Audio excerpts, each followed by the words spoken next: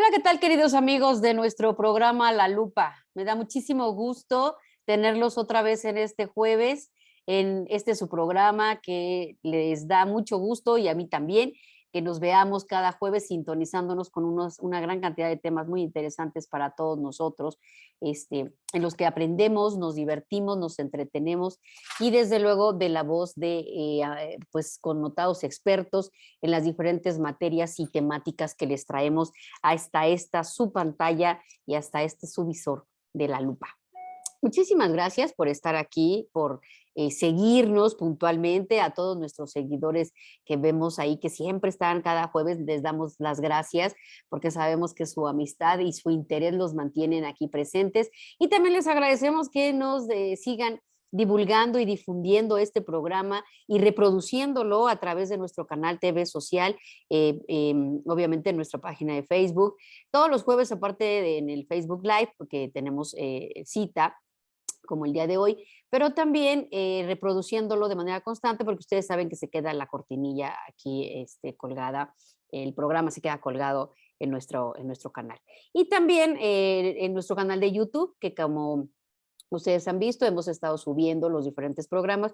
Por si se perdieron alguno, pues puedan ahí reproducirlo y también puedan compartir estos enlaces en las diferentes plataformas y redes sociales de todos ustedes. Es un gusto, de verdad, compartir la información. Ustedes saben que la información es poder y ese poder no puede ejercerse sino de una manera en la que podamos difundirlo y ejercerlo todos en este ámbito de derechos transversales que ustedes ya conocen. Hablamos de transparencia, protección de datos, rendición de cuentas, todo en un tema transversal en materia de género, pero sobre todo de derechos humanos. Gracias por estar aquí. Y el día de hoy tenemos una invitada que nos va a platicar precisamente de un tema que pues también nos gusta mucho.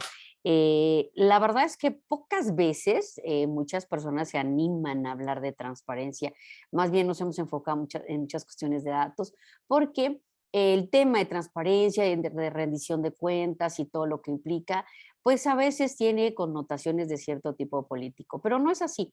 Realmente queremos que ustedes se vayan empapando de todo esto y que se vayan dando cuenta en este tema, además les decía, transversal con los temas de género, se vayan empapando de la importancia y la utilidad que tiene este derecho de acceso a la información y sobre todo la transparencia. Transparencia que fue lo que nos motivó a hacer este programa de La Lupa, este programa que tiene como finalidad eso, generar esa transparencia y permitirnos ver a través de un foco o de un visor o de un canal como este que ahora uso de filtro y que espero que les divierta como me divierte a mí utilizarlos, eh, llevarles información y sobre todo llevarles conocimiento para que ustedes tomen las mejores decisiones, participen y se involucren.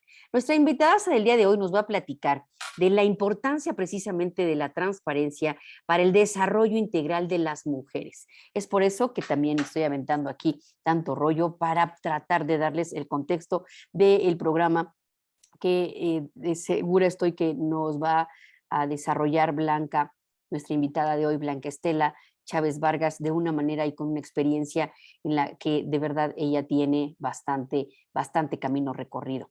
Nuestra querida invitada de hoy, Blanca Estela Chávez Vargas, hemos coincidido en muchos ámbitos de la transparencia a lo largo de mi quehacer en dicha materia, y ella es licenciada en Administración de Empresas y actualmente estudia la maestría en Administración Pública. Inicia su activismo, porque déjenme decirle que es una activista muy comprometida, inicia su activismo social desde 1994 como miembro del Comité de Defensa del Barrio Estado de Anáhuac. Participó en el Frente Zapatista de Liberación Nacional, entre muchos otros movimientos sociales. También ha trabajado para el gobierno de la Ciudad de México, y siempre en áreas de desarrollo social, como la entonces Dirección General de Participación Ciudadana, el Instituto de la Juventud, la Subdirección del Deporte Asociado y Estudiantil, teniendo como último encargo o de manera más reciente la responsabilidad del registro de organizaciones civiles en el entonces Distrito Federal. Fue asesora de la Comisión de Participación Ciudadana en la sexta legislatura de la Asamblea Legislativa, ahora Congreso de la Ciudad. Trabajó también en la Coordinación Nacional de Becas para el Bienestar del Gobierno Federal. Es fundadora de la Red Mexicana por la Agricultura Familiar Indígena, Campesina y Afrodescendiente y miembro de su Comité Nacional. También es socia fundadora de la red de Contralorías Sociales y Comunitarias, creada en 2016, y preside su consejo consultivo. En 2012 fundó la Fundación Filo Batrista para el Desarrollo de la Participación Comunitaria AC, misma que actualmente preside. La organización trabaja diversos temas, teniendo como ejes transversales los derechos humanos, la participación ciudadana, la equidad de género, la transparencia y la rendición de cuentas. He ahí porque nuestra invitada era importante, muy importante que estuviera con nosotros haciéndonos partícipes de su conocimiento y su experiencia. Con enfoque en primera infancia, desarrollo de las mujeres con igualdad sustantiva, derecho a la alimentación y observación electoral, ha formado parte de estos trabajos. La Fundación Filobatrista es miembro de diversas redes de organizaciones de la sociedad civil, destacando la red de observación electoral impulsada por el IEDF en el 2016 y que a la fecha continúa en el Instituto Electoral de la Ciudad de México, participando en los procesos electorales y consultas ciudadanas. Muy bienvenida seas, mi querida amiga Blanca. Gracias por estar ahora aquí con tu presencia, engalanas este micrófono. Bienvenida, Blanca. ¿Cómo estás? Hola, muchas gracias por tus palabras y un placer estar aquí para platicar contigo. Es mucho lo que hemos hecho y como bien decía, ya de manera conjunta nos ha tocado colaborar con ustedes personalmente. Nosotros aprendimos mucho en la organización cuando estabas en el InfoDF en aquellos entonces. A partir de ahí fue que tomamos el tema bien y en serio. Y la verdad es que sí, tuvimos un buen rato trabajando y bueno, pues tú me hiciste partícipe de tus trabajos también en el Senado en aquel entonces y bueno, muchas actividades que el día de hoy quiero que nos platiques precisamente. Cuéntale a nuestro público de qué se trata esto de la Fundación Filobatrista. Bueno, la Fundación Filobatrista, como bien lo comentabas, la constituimos en el 2012. Surge a partir de un grupo de compañeros que éramos, bueno, ya no estábamos ninguno activo, sin embargo, nos conocimos en el Instituto de la Juventud de la Ciudad de México, identificamos la necesidad de atender esa problemática de las y los jóvenes en la ciudad. Sin embargo, cuando fundamos la organización, nuestro eje fundamental era ese, la atención a jóvenes. Pero al ir avanzando nos dimos cuenta que atender a los jóvenes es importante, pero es más importante irnos a lo que sería la parte preventiva, no llegar a que los problemas se vayan creciendo, y decidimos empezar a trabajar con las mujeres, porque a final de cuentas las mujeres somos un pilar de la sociedad mexicana y de las sociedades en general. Por nuestra composición y por nuestra cultura, pues somos el centro muchas veces de las familias y todo lo que gira en torno a ellas.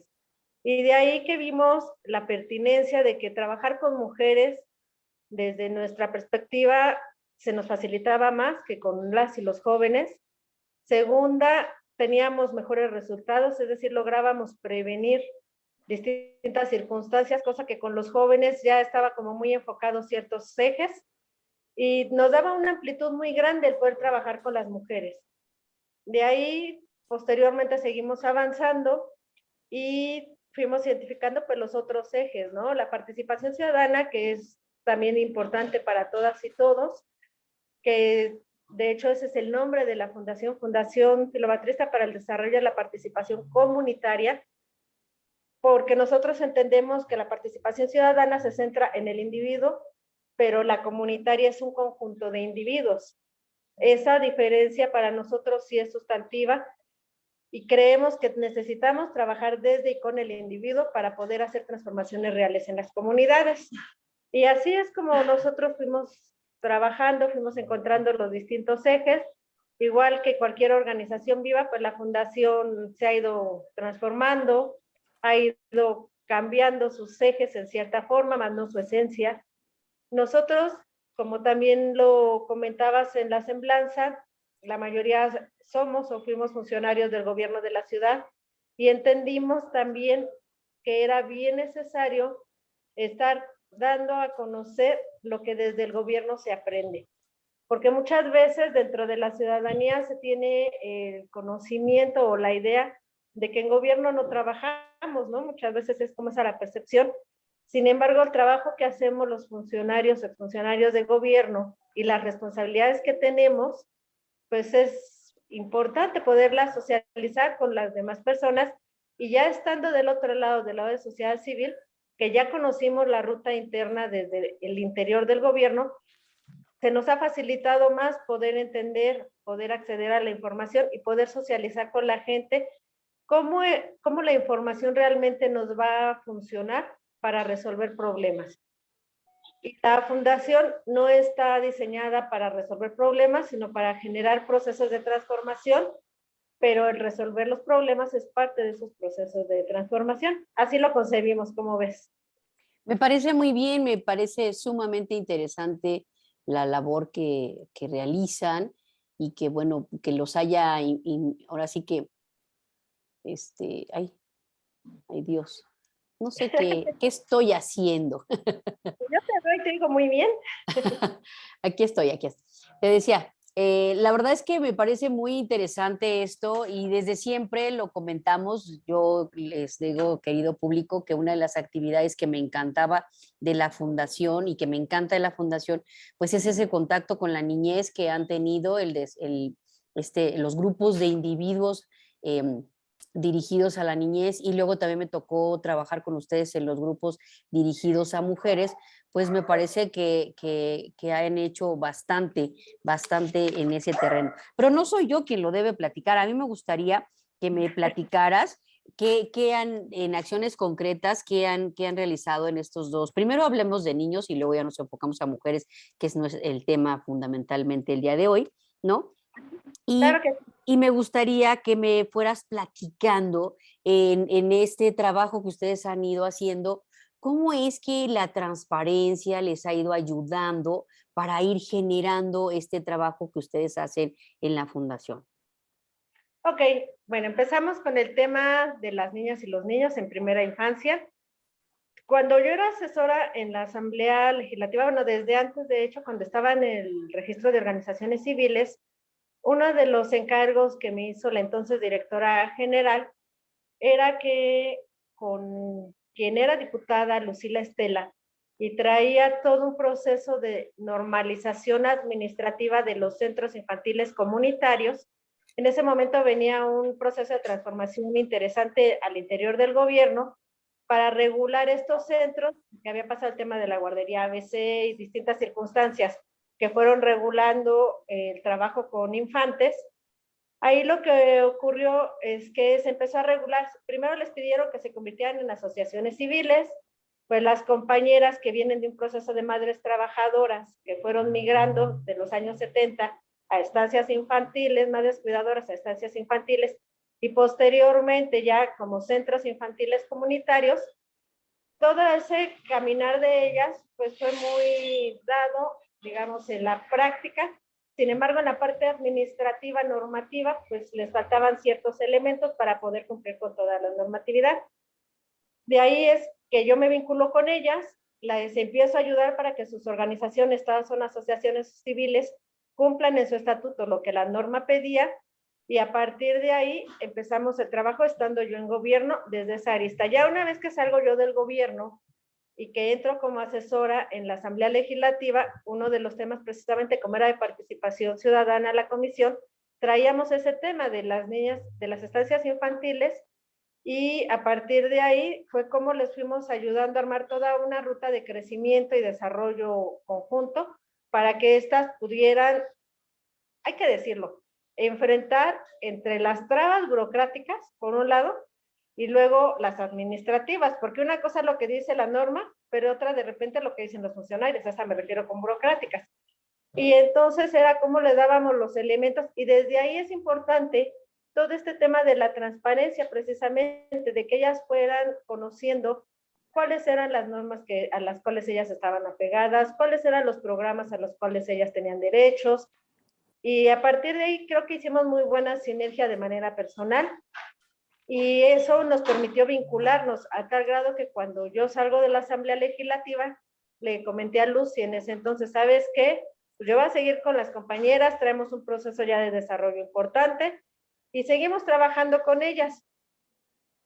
Y te digo, para las coordinadoras era muy importante primero entender cómo acceder a la información pública, cómo poder hacer realidad esos derechos a partir de la información pública y de la transparencia. ¿Cómo es que un CODIASI que estaba formado, lo formó cuando Martí Batres era secretario en aquel entonces, con Andrés Manuel, si no mal recuerdo, o con Marcelo, no recuerdo con cuál de los dos, se instala el CODIASI, nunca se ejecuta y se queda ahí un montón de normas y de presupuestos, y entonces ¿qué es el CODIASI? A ver si mi memoria no me falla mucho. Lo voy a decir sin las siglas tal cual, porque ya mi Alzheimer me está alcanzando. Pero el CODIASI es un órgano de gobierno en el cual confluyen las distintas entidades administrativas o normativas del gobierno. El DIF era el que encabezaba, estaba la SEP de la Ciudad de México, todas las autoridades que regulaban o que regulan el tema de las estancias infantiles o de la educación de primera infancia. Ese órgano es un órgano de gobierno a partir del cual se ejercen políticas públicas o se emiten más bien políticas públicas que se deben ejecutar por las distintas instancias. Del CODIASI, la ventaja que tiene es que vino a regular todo lo que había ocurrido. Te digo, ese surge precisamente por el caso de la guardería ABC. Empiezan a normar no solamente a los centros comunitarios, sino también a las guarderías del DIF, a las guarderías subrogadas que en aquel entonces estaban operando, etcétera, y ver que cumplieran con las normas mínimas de seguridad y de atención para las niñas y niños en primera instancia. Oye, te voy a hacer una pregunta, a ver si me la contestas. Había entonces un programa realmente que tenía que ver con estancias infantiles. Sí, sí lo había. Sí había un programa y era un programa que estaba francamente muy bien diseñado. O sea, yo digo que nuestros legisladores o sus asesores se aplican bastante bien y hacen las cosas realmente con muy buenos elementos. El problema, yo siempre he dicho, no es la norma que tenemos, sino el desconocimiento de la norma por un lado y por el otro, que la gente no sabe, por ese desconocimiento, cómo acceder a veces a todos esos beneficios que las normas dan. Digo, sí, incluso el CODIASI ayudó, porque antes de que empezara la ejecución, te digo, se instala con Martí, no sé, o sea, nada más se instala y no vuelven a sesionar. Ya cuando se reinstala, fue en tiempos de Mancera, si no mal recuerdo, que lo retoman, y ahí es cuando ya le dan vida. Había un fideicomiso precisamente para que las compañeras de las estancias pudieran cumplir con esa norma, porque de repente es muy dado el gobierno a pedir cosas, pero ¿de qué manera te apoyo, no? Para que logres eso. Entonces estaba ese fideicomiso, empezaron las normas educativas, las normas pedagógicas, es decir, se hizo una homologación muy interesante. Había estancias que no cumplían naditita con la norma, se les tuvo que pedir y ayudar a que empezaran ahí a entrar en orden todo el mundo por el bien de las niñas y los niños y las mamás que dejaban ahí a sus pequeños. Ese programa realmente sí funcionó. Hasta la fecha, lo que yo le he dado seguimiento sigue operando. No sé con qué nivel de eficiencia, soy franca, porque ya no le he entrado tanto a ese nivel de detalle, pero en su primer momento sí vino a regular. Cuando empieza, no se sabía cuántas estancias había, no había un directorio real. Había muchas estancias que fue parte de las decisiones por las cuales toma el presidente las decisiones de desaparecer ese programa a nivel federal, de las estancias reguladas, porque efectivamente sí había algunas estancias que existían en papel, pero no en físico, no en los hechos. Entonces, esa instancia vino a normalizar y a transparentar lo que había. Por eso es importante cuando existen estos órganos, que la gente sepa que existen y que sepa cuál es la ruta para poder acceder en un momento dado, ya sea yo como mamá, a qué estancia realmente puedo acudir y llevar a mi hijo a un lugar seguro. O las compañeras coordinadoras, de qué manera podían ellas obtener los beneficios que ahí se daban. Y los beneficios a veces no eran necesariamente económicos.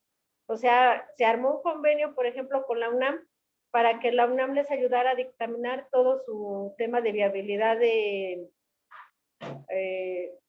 cuando hay contingencias, ahorita se me fue el término, ¿no? De protección civil. Por ejemplo, la carpeta de protección civil la armaron en conjunto con la UNAM y con la gente de la Secretaría de Protección Civil. Y todo eso pues va ayudando para tener mejores condiciones de vida y desarrollo de los pequeños. Ok.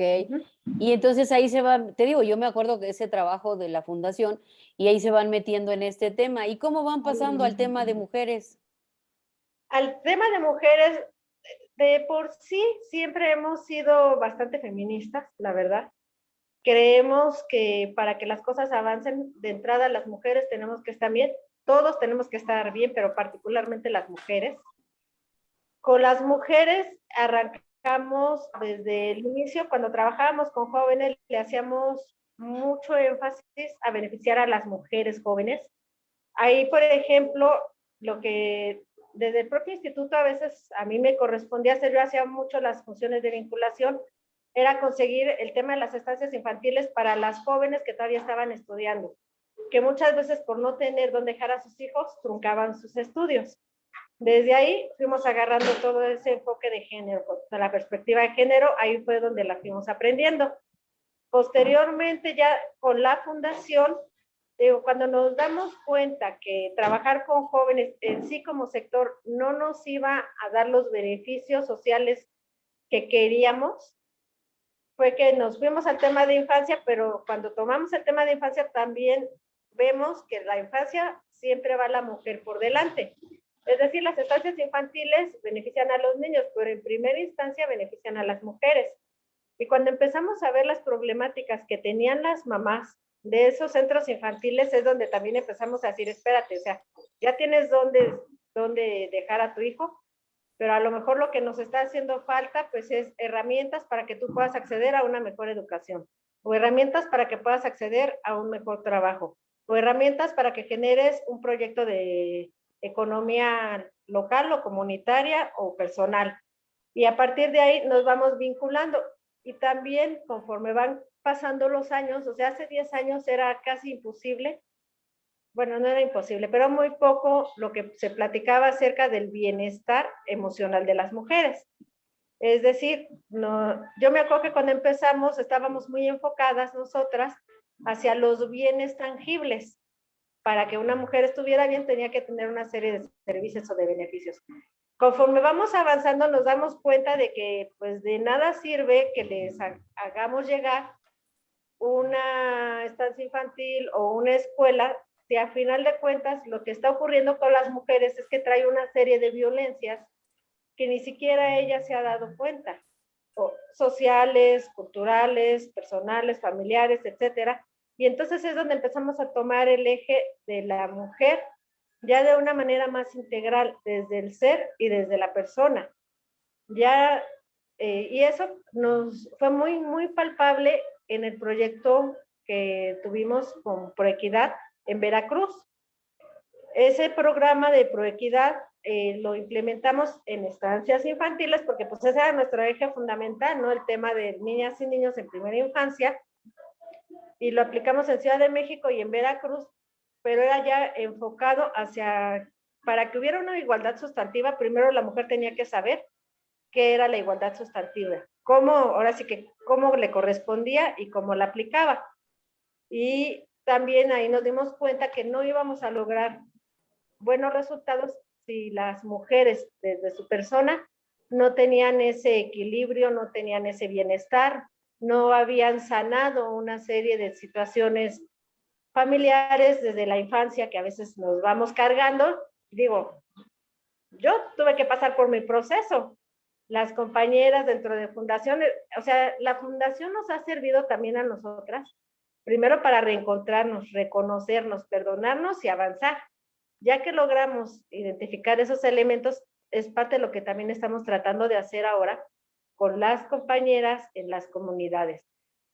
Porque nos damos cuenta que ya más serenas, más tranquilas, con la mente más clara, dejando de lado todos los conflictos y torbellinos que nos agobian día con día los hijos, las colegiaturas, la escuela, el marido, las que lo tienen, las que no lo tienen porque no lo tienen, etcétera, ¿no? Entonces, cuando empezamos a identificar que eso es lo que más nos ayuda y lo que más nos conviene, pues decimos, vamos desde, ahora sí que desde la raíz, un poco más a trabajar para que los programas y los proyectos pues den todavía mejores resultados. Así es como nos hemos ido involucrando, por eso te decía, la organización es tan viva pues, como nosotras mismas, que se va reinventando, se va reajustando, vamos viendo nuevas técnicas, vamos viendo nuevos horizontes, y de ahí es que llegamos al tema de las mujeres, pero ya desde un desarrollo integral, ya no la mujer nada más como una persona que recibe los beneficios o que recibe la información. Ahora estamos en el proceso donde las mujeres primero nos tenemos que reconocer, reconciliar con nosotras, reencontrar y entonces con los pies más firmes empezar a caminar. Qué bonito esto, ¿eh? Las mujeres reconocernos, reconciliarnos. ¿Y cuál fue la otra palabra? Reencontrarnos. O Reencontrarnos, construirnos ajá, así. reconstruirnos. Oye, de verdad que qué bonita idea, porque, a ver, muchas veces los programas sociales, y bueno, no se pueden meter en el tema emocional, pero los programas sociales tienden a satisfacer, como bien dices, necesidades físicas. Pero una de las cosas que es importante atender siempre es el aspecto emocional, romper, romper muchos esquemas sobre los cuales se ha generado esa problemática, que viven las personas a las que vamos a ayudar, pues tiene su origen en problemas emocionales, en circunstancias que no han sido sanadas y que se dieron precisamente por la ocasión de todo aquello que las colocó en vulnerabilidad, ¿no? Así es. Entonces, es muy, muy padre esto que cuentas de ayudar. Y a ver, cuéntanos cómo de alguna manera, de manera específica, ¿cómo se llama? ¿Qué temas, no? Tienen directamente, qué acciones tienen para hacer este tipo de ayuda. Mira, ahorita te platico rápidamente. Con el tema de la pandemia, la organización entró en un impasse, como muchas tantas, de casi 2 años y un poquito más. Nosotras desde antes ya traíamos ese proceso de previa pausa y lo que nos dimos cuenta es que no podíamos, ahora después de la pandemia, retomar las actividades como las veníamos haciendo, ¿no? O sea, todo cambió empezando precisamente desde esta parte de la conciencia de la persona y del ser. Y a partir de ahí es que decidimos retomar nuestros ejes, porque efectivamente vamos a seguir trabajando con mujeres, con niñas y niños en primera infancia, sin dejar de lado nuestro derecho a la educación, que es todo el tema con las estancias infantiles, los derechos de las niñas, los niños y los derechos de las mujeres, y con el énfasis también particular en el derecho a la alimentación, ¿no? Que bueno, ahorita acabo esta idea y me regreso al tema del derecho a la alimentación. Estamos relanzando, vamos a cumplir próximamente 10 años. El 13 de junio la organización cumple 10 años. Para esas fechas, bueno, te había comentado, estás invitada para que nos acompañes, además como invitada de honor, porque Muchas gracias, qué lindas, gracias. nos ha estado acompañando a lo largo de este tiempo. Con Y mucho ahí gusto. vamos a presentar nuestro nuevo esquema de trabajo. Eso que hicimos en Veracruz y que fue parte de lo que también hicimos cuando nos acompañaste en el Indesol aquí con las mujeres productoras en Ciudad de México, tomamos esas raíces porque ahí fue donde empezamos a meternos un poco al tema de las emociones. Ahí no nos habíamos metido tan en serio, por llamarlo de alguna manera. Actualmente estamos trabajando en alianza con una compañera que es escritora y que ella diseñó a partir de un libro toda una metodología para el autoencuentro y la reconciliación. Esa va a ser nuestra base para la primera parte del trabajo con las mujeres y junto con ello vamos a empezar, que es lo que nosotros denominamos el programa para el fortalecimiento integral de las mujeres. Ese programa trae primero a la mujer que se reencuentra y se reconcilia con ella misma a partir de este libro, que es un libro que además está en blanco, o sea, es un libro que cada mujer va a ir escribiendo. Está muy padre ese proceso que vamos a desarrollar. El segundo eje es una vez que ya me reencontré, ya me reconcilié, entonces ya estoy en condiciones de empezar a tomar decisiones sobre lo que yo quiera, ya sea sobre un proyecto social, un proyecto productivo, un proyecto comunitario, un proyecto personal, y empezar a trabajar con ellas esos proyectos. Y obviamente todo eso lo vamos a estar trabajando con las mamás que quieran acompañarnos de las estancias infantiles y de otros, por ejemplo en Chihuahua, que todavía no trabajamos con estancias, pero ya hay grupos de mujeres que quieren participar y trabajar en este proceso. Entonces, pues ahora es que con quien se deje y quiera, pues bienvenida. Digo, ese es el primer proyecto que traemos, donde vamos a estar trabajando 6 meses con estos grupos de mujeres y con sus hijos, porque el tema de trabajar con los niños, algo que nos ha dado mucho resultado es que los hijos no se educan a los padres hoy en día. Yo estudié en una escuela de monjas, aprovecho para platicarte, y nos decía la madre superiora que cuando yo estudié en los años 70, 80, estábamos en la era de Dios Padre, y que llegando a los años 2000 más o menos íbamos a estar en la era de Dios Hijo. Y digo, ay, con una monjita no se equivocó, porque actualmente nuestros hijos son los que nos rigen en realidad, y en buena parte son los que nos educan, porque ellos se adaptan más fácilmente a las transformaciones que nosotros. Esa es una realidad, y a nosotros desde la fundación nos ha servido mucho cuando trabajamos, por ejemplo, el tema de protección de datos personales con las niñas y niños en primera infancia. Las mamás por inercia seguimos haciendo lo que hacemos, y los niños, a mí me llamó mucho la atención que eran los que de repente le decían, espérate mamá, ese es mi dato personal y ya no puedes dejar que me tomen mis fotos. No, espérate mamá, acuérdate que tú ya no debes de darme información, pregúntale al señor por qué, o sea, Sí, ya lo...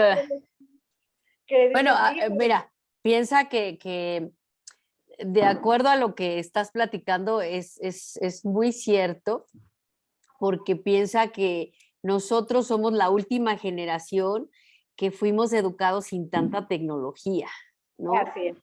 Y ellos son las generaciones que ya comenzaron a estar educados con la tecnología, ¿no? Entonces, mi hija, pues, fue creciendo a la par, ¿no? Nosotros somos, ¿cómo le llaman ellos? Nativos, ¿no? Y ellos son ya de los que vienen creciendo con esto, ¿no? Y bueno, te voy a hacer un chiste a propósito de lo que estás diciendo para nuestro público, que viene muy a colación. Dice por ahí un comediante que se llama El Costeño que somos la última generación de hijos regañados por sus padres y la primera generación de padres regañados por sus hijos, ¿no? Entonces, de acuerdo con esto que me estás platicando y que estoy así calladita y poniendo atención, también como buena, no me vayas a regañar también, como buena discípula. Bueno, la verdad es que este trabajo es muy interesante, te decía, te estoy dejando que nos platiques mucho cómo funciona esto, porque mira, yo una de las cosas que he visto es que cuando se dejó de atender este programa de instancias infantiles, una de las ideas es que efectivamente había tal vez muy poca transparencia en estos temas, ¿no? Desde luego no había transparencia y mucho menos rendición de cuentas, ¿no? Había dinero que se destinaba a muchos programas y a muchos líneas de acción de este tipo, pero que realmente ya no se sabía si llegaban, cómo llegaban y cómo se habían erogado. Entonces, esta parte, desafortunadamente, esa falta de transparencia y es lo que ha hecho que programas como estos, querido público, y muchos otros programas que son muy valiosos, que han ayudado al gobierno a conformar a las comunidades, a integrarlas socialmente, a resolver problemas que muchas veces el Estado no le alcanzan las manos para resolver. Desafortunadamente, ante la falta de transparencia y ante esa falta de rendición de cuentas y esa claridad, ¿no? Y esa lupa que se necesita, es que es que por eso se ha decidido cancelarlos, ¿no? Y se ha decidido que se alleguen a las personas directamente los recursos cuando creemos que no todo el tema es de recursos. Y aquí Exactamente. por eso me encanta lo que está platicando nuestra querida Blanca, porque el tema es que no se trata de hacerle llegar a las personas el dinero de manera directa, se trata de hacerlo a través de programas que les ayudan a eficientar y a resolver ese recurso y con ese recurso las problemáticas sociales que traen, que no nada más son económicas, no nada más son de atender una situación de un albergue, por ejemplo, o una guardería, o una ayuda para un viejito. No, se trata atrás de esos programas, hay expertos, toda una gama de expertos, de fundaciones que resuelven e involucran a las personas de tal manera que resuelvan muchas de las problemáticas que las tienen colocadas en esa vulnerabilidad. ¿No es cierto? Sí, efectivamente, y sobre todo se trabajaba de manera bastante integral, yo creo. Yo coincido plenamente que la forma en que se operaba no es que no fuera la más adecuada, sino la rendición y la transparencia, pero que las metodologías en su contexto estaban bien, ¿no? En su conjunto, o sea, yo lo veo, digo, ¿cuánto puedes resolver con 800 pesos al mes? Cuando no te da ni siquiera para los alimentos del niño 800 pesos al mes. ¿Por qué? Porque no eran los 800 pesos, era la mamá, la señora que cuidaba al niño, o sea, eran una serie de circunstancias. Te digo, y el gobierno de la ciudad en su momento lo que hizo fue, pues no les damos dinero, pero sí les ponemos una serie de instrumentos y elementos, ¿no? El te facilite, ¿no? El cuidado de tu hijo, por ejemplo, para que no tengas que pagarle a alguien que igual y ni sabe si tiene las condiciones para cuidar a tu hijo o a tu adulto mayor, ¿no? Así es, y que además tiene que ver con un proceso integral, porque no es nada más que era algo que a las maestras les molestaba mucho, decían, es que aquí no son guarderías porque no vienes a guardar a tu hijo, vienes a cuidarlo, vienes a formarlo, él viene a socializar con otros niños, él viene a construir conocimiento con el juego, con una serie de dinámicas que se trabajaban pedagógicas, y eso pues iba dando una integralidad del ser, que Claro. difícilmente, aunque yo se lo dé a mi mamá para que cuide a mis hijas, pues se va a lograr. Eso es bien importante. Y algo que nosotros utilizamos mucho también, y ahí usamos mucho las herramientas de transparencia y de rendición de cuentas, es para el tema del derecho a la alimentación. Nosotros en la fundación, te platico rápidamente, trabajamos un ejercicio que le llamamos el Observatorio por el Derecho a la Alimentación Adecuada y Nutritiva en la Ciudad de México. Ese observatorio estuvo compuesto de ese ejercicio por dos elementos. Uno que fue de campo, encuestamos, no recuerdo ahorita cuántas personas, entre 500,000, no tengo el dato, la verdad ya tiene rato que lo hicimos, pero fue una cantidad importante de gente que encuestamos en la Ciudad de México respecto a los programas que había para atención al derecho a la alimentación en la Ciudad de México. Y por otro lado, utilizamos la plataforma de acceso a la información pública y la de transparencia de las propias instituciones, en la cual fuimos viendo qué leyes había, qué programas cubrían esas leyes, bueno, qué políticas, qué programas y qué acciones institucionales. Y nos dimos cuenta que había una serie de programas que realmente se sobreponían unos, es decir, había muchos programas, pero no había una articulación real entre los programas. Entonces, su nivel de eficiencia de esos programas, que todo a final de cuentas significa dinero, pues no era el más óptimo para nada. Y nuestra idea es que eso que generamos en el 2000, si no recuerdo mal, fue en el 2016-17, lo vamos a contrastar años después, ya con el nuevo gobierno, para ver si hubo una progresividad del derecho o si hubo un receso o una regresividad más bien en este derecho. Estamos, que es parte de los ejes que vamos a presentar para este año, también vamos ya a trabajar otra vez ese ejercicio. para hacer el contraste, porque a final de cuentas, que es parte de la transparencia, los programas tienen que tener cierta continuidad, funcionen o no funcionen. Si no funcionan, los tienes que corregir, pero tú no le puedes quitar a la gente sus derechos adquiridos, que por ahí alguna abogada alguna vez me regañó por hablar de los derechos adquiridos. Yo no soy abogada, soy administradora. Sin embargo, yo sé que existe esa parte, y si tú regresando a lo que hablábamos, ¿no? Si tú ya no le estás dando a los comedores el recurso, ¿de qué manera estás atendiendo esa necesidad? Exactamente, exactamente. ¿Qué estás sustituyendo? ¿Con qué programa lo estás sustituyendo? Si solamente lo estás sustituyendo con el tema de dar un recurso en económico, pues en realidad regresamos al problema de origen. Tú le estás haciendo nada más el negocio a las grandes empresas, que además fue muy, muy notorio durante la pandemia. Durante la pandemia nos cerraron los mercados, pero nos cerraron, por ejemplo, las tiendas de autoservicio, por no meterme a ninguna marca en particular, ¿no? Pero la gran corporación interamericana, que todo el mundo sabemos que siempre es la que sale ganando, nunca cerró, y de hecho muchos de los vales, por ejemplo, que dan en el gobierno, solamente los puedes cambiar ahí en lugar de poderlos cambiar al mercado. Cuando tú generas un consumo en tu mercado de la colonia, pues es más sencillo que esos 100 pesos que le vas a dar al señor, él tenga una mayor utilidad que los 100 pesos que vas a dejar en la tienda de autoservicio, porque ahí pues, la ganancia se va para fuera de México, y a los empleados pues, lo que les dejas es eso, un trabajo con un sueldo relativamente bien o mal pagado, todo es dependiendo pero no dejas un beneficio real en tu comunidad y no generas un desarrollo local.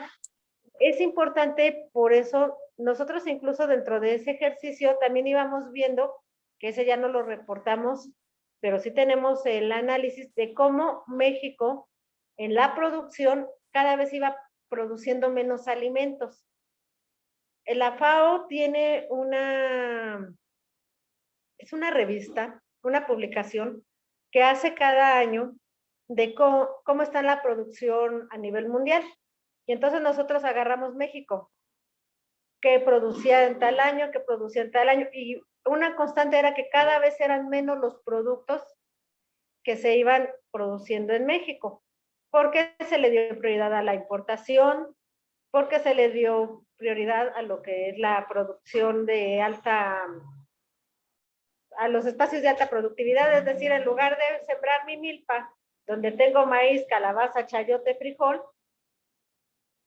nada más tengo ahora puro frijol, y entonces voy descomponiendo la tierra y después esa tierra ya no me va a servir. Bueno, que es otro tema, pero también es algo importante, porque a final de cuentas es más caro para la salud y para la sociedad comer productos ultraprocesados que productos naturales, porque con el producto natural nada más lo lavas, lo desinfectas bien para que no te enfermes, pero con los otros productos estás dañando tu hígado, estás dañando tu salud en muchos sentidos, y por eso tenemos México el primer lugar en diabetes.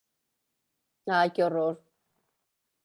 Oye, es que, y entonces, bueno, todo esto, como ustedes están escuchando, querido público, se obtiene, esa información que se obtiene a través de esquemas de transparencia, de acceso a la información y de que esté disponible de tal manera que podamos entender qué problemáticas existen, como la alimentación, la ayuda, los programas fundamentales con los que se cuenta para poder acceder. Me estabas platicando en este programa de fortalecimiento de las mujeres que había al final hacia dónde iban en esta línea con estas nuevas ideas para tratar de resolver muchas de estas problemáticas. Sí, creo que vamos a trabajar con ellas dentro del taller. Digo, primero la parte emocional, posteriormente vamos a trabajar un tema precisamente de protección de datos personales, porque como trabajamos con las niñas y los niños, te digo, ese tema no lo soltamos, lo vamos a seguir trabajando con ellas, porque además los niños cambian completamente cada 3 años, entonces ya nos tocan nuevos niños. Vamos a trabajar el tema de, bueno, y con las mujeres, algo que es bien importante y que es un giro relativamente nuevo, por lo menos para nosotras, tú que estás más involucrada, a lo mejor vas a decir, no, eso ya tiene un montón que se está trabajando, pero algo que nos dimos cuenta también es que la transparencia y el acceso a la información a las mujeres nos sirve así en nuestro uso cotidiano, primero para poder identificar lo que les decía, qué derechos tenemos. Ya que tengo claridad de cuáles son mis derechos, que es parte de los talleres que damos, los derechos de las mujeres y de los niños, ¿cómo hago efectivo ese derecho? Porque como les comentaba, las leyes en México en verdad son leyes progresistas y de vanguardia. El problema es cuando empiezas a escalar hacia abajo y ves qué normas tienes, qué reglamentos tienes, qué programas tienes, para que esos derechos se hagan efectivos. Cuando tú le vas explicando a las mujeres cómo es todo este proceso de la administración pública, cómo es que desde el gobierno en su conjunto puedes tú ir haciendo esos derechos reales, es cuando puedes pasar a la igualdad realmente sustantiva. Cuando empiezas a ver de qué manera puedes tener esos beneficios un tanto tangibles. Y es el beneficio desde yo como mujer, yo como el tema de la salud, por ejemplo, que es algo bien importante y que muchas veces no sabemos, que el tema de la salud es un tema de protección de datos personales y datos sensibles además, y que en ocasiones son utilizados en mi contra por distintas circunstancias, ya sea para correrme por cuestiones de salud o para no darme un empleo por cuestión de salud, o cuando estoy enferma o cuando estoy con salud para no atenderme por cuestiones de políticas raras, ¿no? Entonces, cuando yo sé que tengo eso y cómo puedo, o acceder a mi expediente o hacer que mi servicio sea válido, que realmente ese derecho me lo hagan válido, para eso nos sirve. Hay muchas veces que las personas no sabemos, por ejemplo, los distintos niveles de salud que tiene México, ¿no? Cuando nos hablan del T1, T2, T3, etcétera, pues a veces yo voy con un cáncer y me quiero atender en un nivel básico, por ejemplo, bueno, yo no toco madera, pero las personas, cuando tienen claridad de qué les corresponde, a dónde pueden atenderse y además que eso es algo que ha pasado siempre, todos los beneficios que tienen las personas con vulnerabilidad, es decir, si yo tengo, les voy a poner un caso personal. Mi hija es gimnasta, hace ejercicio y estando en sus prácticas, un día se rompe radio y cúbito. Y pues yo no tenía seguro social, porque además aunque trabajaba para el gobierno mucho tiempo estuve por honorarios. Y entonces, pues, sin hospital y sin nada, ¿a dónde corres con la niña? Nos fuimos al hospital de sí creo que es el de trauma, el que está ahí en Periférico y Viaducto, pero como recién había pasado el sismo, más del 50% del hospital no estaba funcionando por temas de protección civil.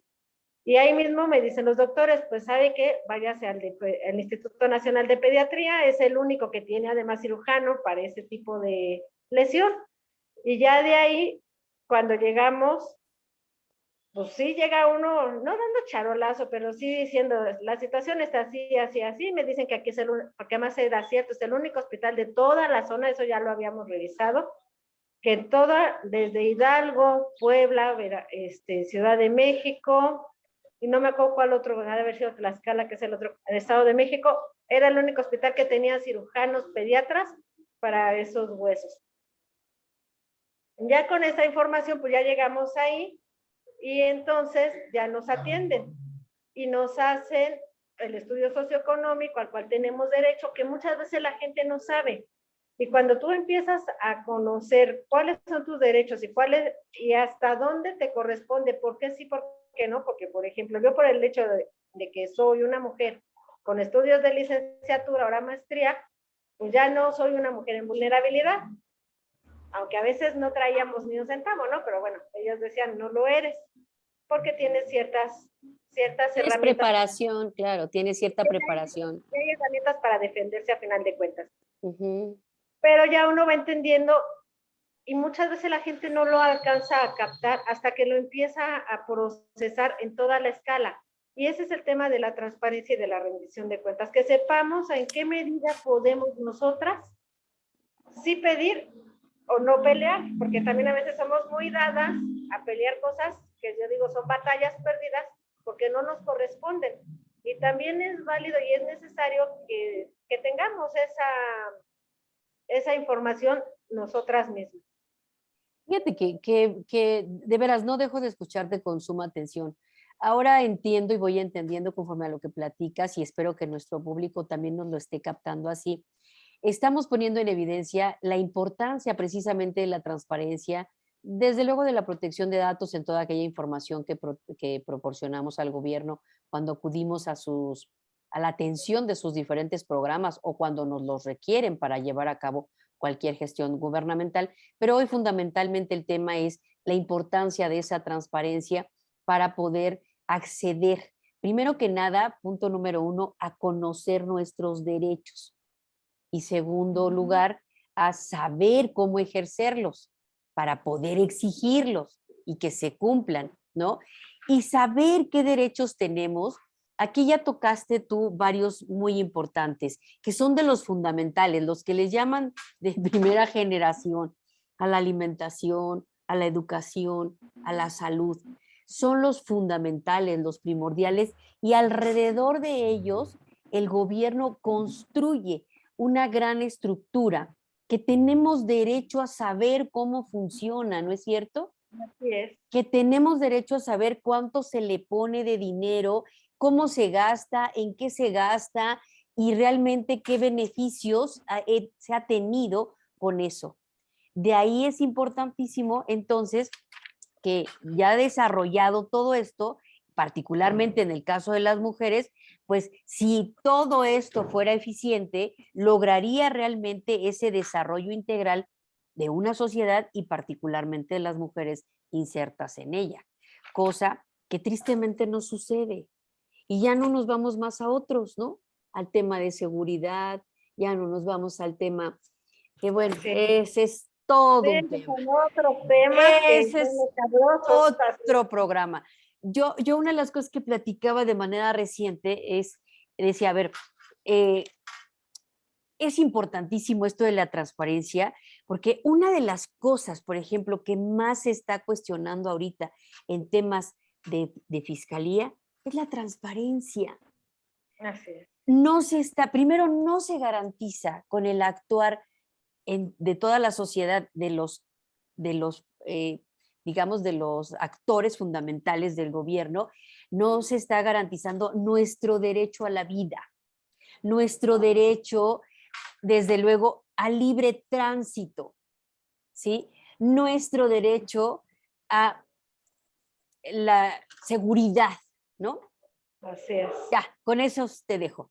Bueno, si nos vamos a otros como los que nos has platicado ahora, a la alimentación, a la educación, a la salud, vamos a ir encontrando a través de la transparencia, del acceso a la información y desde luego de la rendición de cuentas, que no se está haciendo realmente una labor de administración.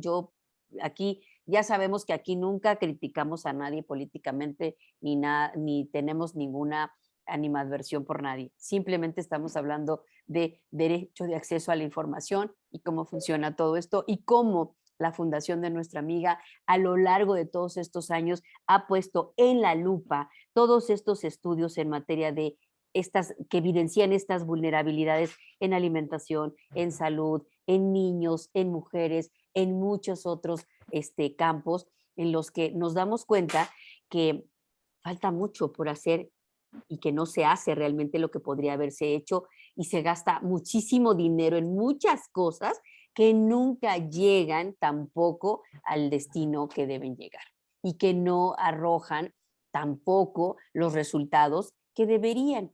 Y por eso, para poder nosotros, como dice nuestra invitada de hoy, utilizar estas herramientas, debemos hacerlo y aprender a hacerlo a través inclusive de organizaciones como la que ella representa para lograr que se materialicen estos derechos, porque no todos, ¿verdad, amiga?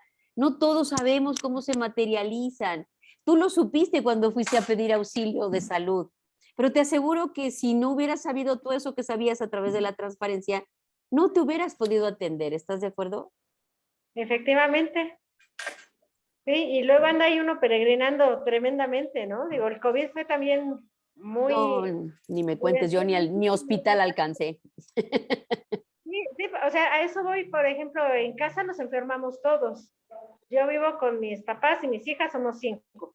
Pero en la casa se la vive mi hermana con sus hijos y su marido, son otros 5. Mi hermano con su mujer y sus hijos son otros 5. La casa parecía hospital. Cuando nos da, que fue en noviembre del 20, si no me recuerdo, porque hoy ya me hago bolas con las fechas.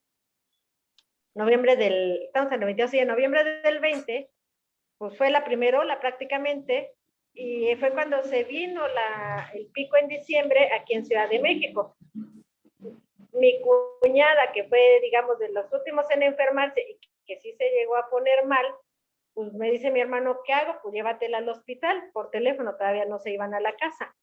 Y me dice, ¿pero a cuál? Si dicen que ya no hay. Yo, no, espérame, si aquí la plataforma del gobierno de la ciudad dice que tienes Marina en verde, tal en verde, tal en verde, este naranja, bla, bla, bla, con una aplicación en mano. Oye, es que ya vine a Marina y me dicen que no, ya fui acá, y ya, o sea, no te miento, Sabina, él fue a 7 hospitales que tenían disponibilidad de camas. Y en ninguno la recibieron. Acabó diciéndole a mi mamá, vénganse a la casa, mi mamá es enfermera, aquí pues, instalamos hospital, y fue lo que ocurrió en ese momento. Pero si no es porque había la posibilidad económica en casa, los conocimientos de mi mamá, quién sabe qué hubiera pasado con los 2 que se pusieron graves. Ay, qué pena. Pero ve, volvemos al tema. De todas maneras, es lo mismo, o sea, así es, aún con información, de cualquier manera la información también resulta luego deficiente y no nos ayuda a garantizar estos derechos como es el derecho a la salud, ¿no? En la pandemia lo vimos, ¿no? Vimos todo quedó evidenciado y desafortunadamente sigue quedando evidenciado. Mi querida Blanca, el tiempo es aquí, ay, horrible. Estamos en la plática bien sabrosa. Ya no te oímos bien. Estamos aquí en la plática, ya, ahí está. Estamos aquí en la plática bien sabrosa y ya de repente dices, ay, ya vi el reloj, creo que ya me tengo que ir. La verdad me encantaría que nuestro público le haya quedado muy, muy, muy claro todo este tema de la importancia de la transparencia para el desarrollo integral de la sociedad en general, pero particularmente el tema de hoy de las mujeres. Cómo conocer nuestros derechos, cómo saber materializarlos, cómo ejercerlos. Eso es lo importante de todas estas herramientas para que nos demos cuenta que nadie tiene por qué regalarnos nada. La actividad del gobierno es la que se encarga de realizar y garantizar que todos estos derechos se hagan efectivos. Y particularmente, mi querida Blanca, tú sabes muy bien de este tema, trabajaste en ello, me parece que por ahí en algún congreso, en la construcción de la buena administración. Esta buena administración que existe en la Ciudad de México, en nuestra Constitución como un derecho, y que tiende a que hagamos nuestro trabajo como gobierno para que podamos garantizar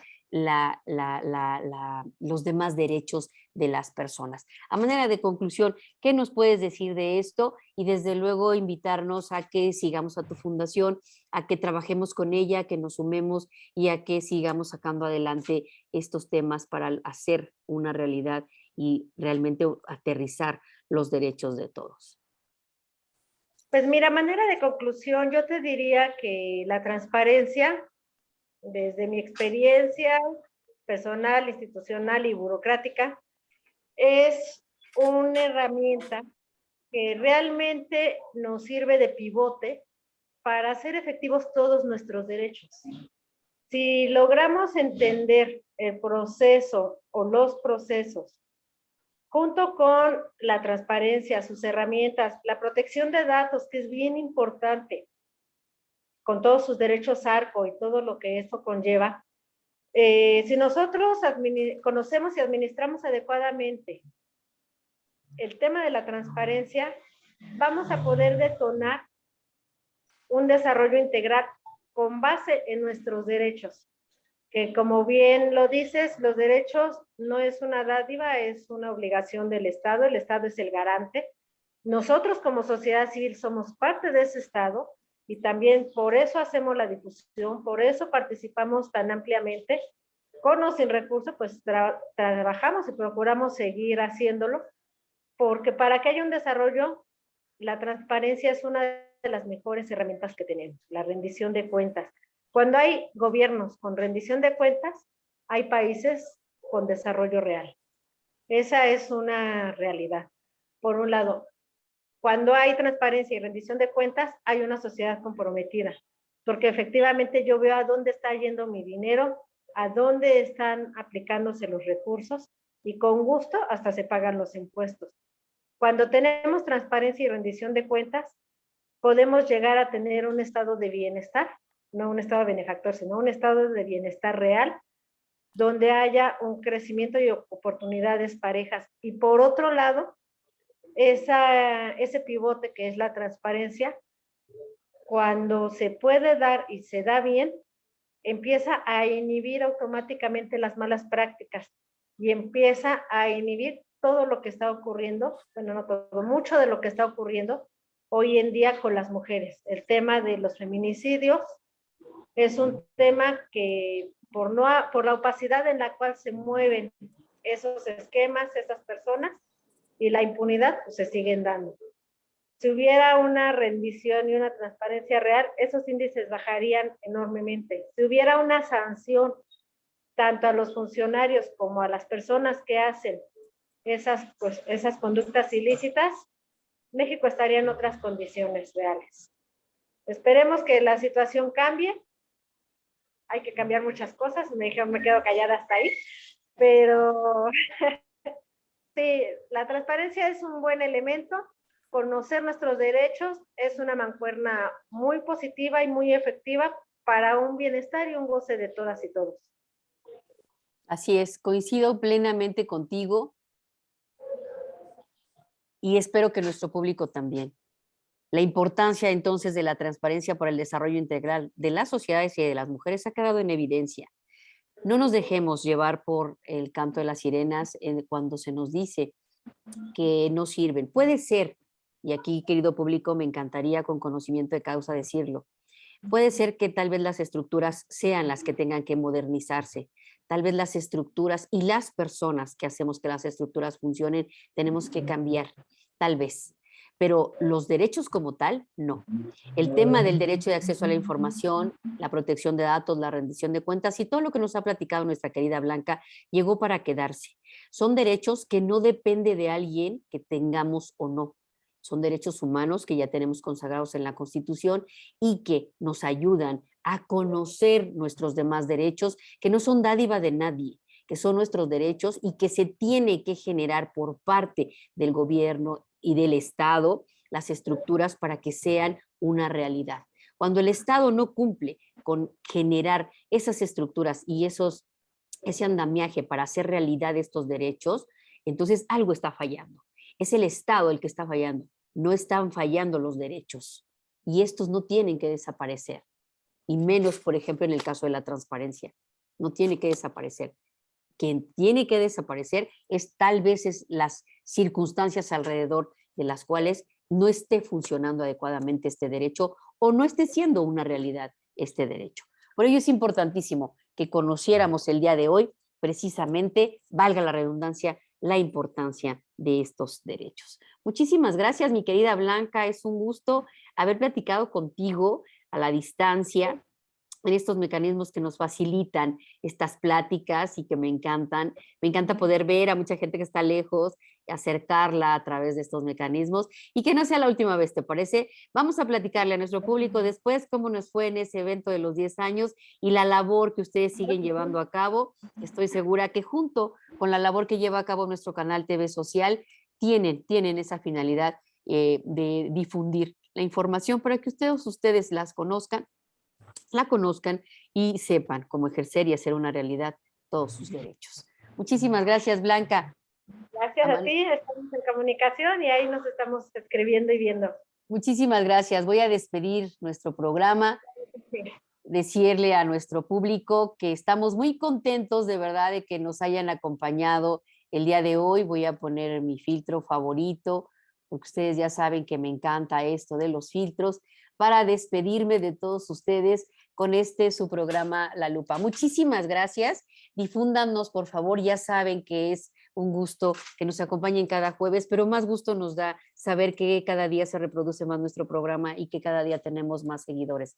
Sigan a nuestro canal TV Social, síganos en nuestras redes sociales, sigan difundiendo esto, porque como ya lo vieron el día de hoy, la transparencia, el acceso a la información y todos estos esquemas sirven para que conozcamos muchas cosas y decidamos nosotros con ese conocimiento qué hacer. Nos vemos el próximo jueves. Muchas gracias, que tengan muy buena tarde y no se olviden de seguirnos en nuestras redes sociales y en nuestro canal de YouTube y desde luego por aquí por Facebook a nuestro canal TV Social. Nuestros programas están colocados para que ustedes sigan reproduciéndolos. Por si algo se perdieron, pues no lo vuelvan a perder.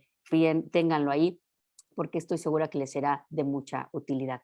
Hasta pronto, que pasen muy buenas tardes y es un gusto, les decía, saludarlos. Hasta pronto. Gracias.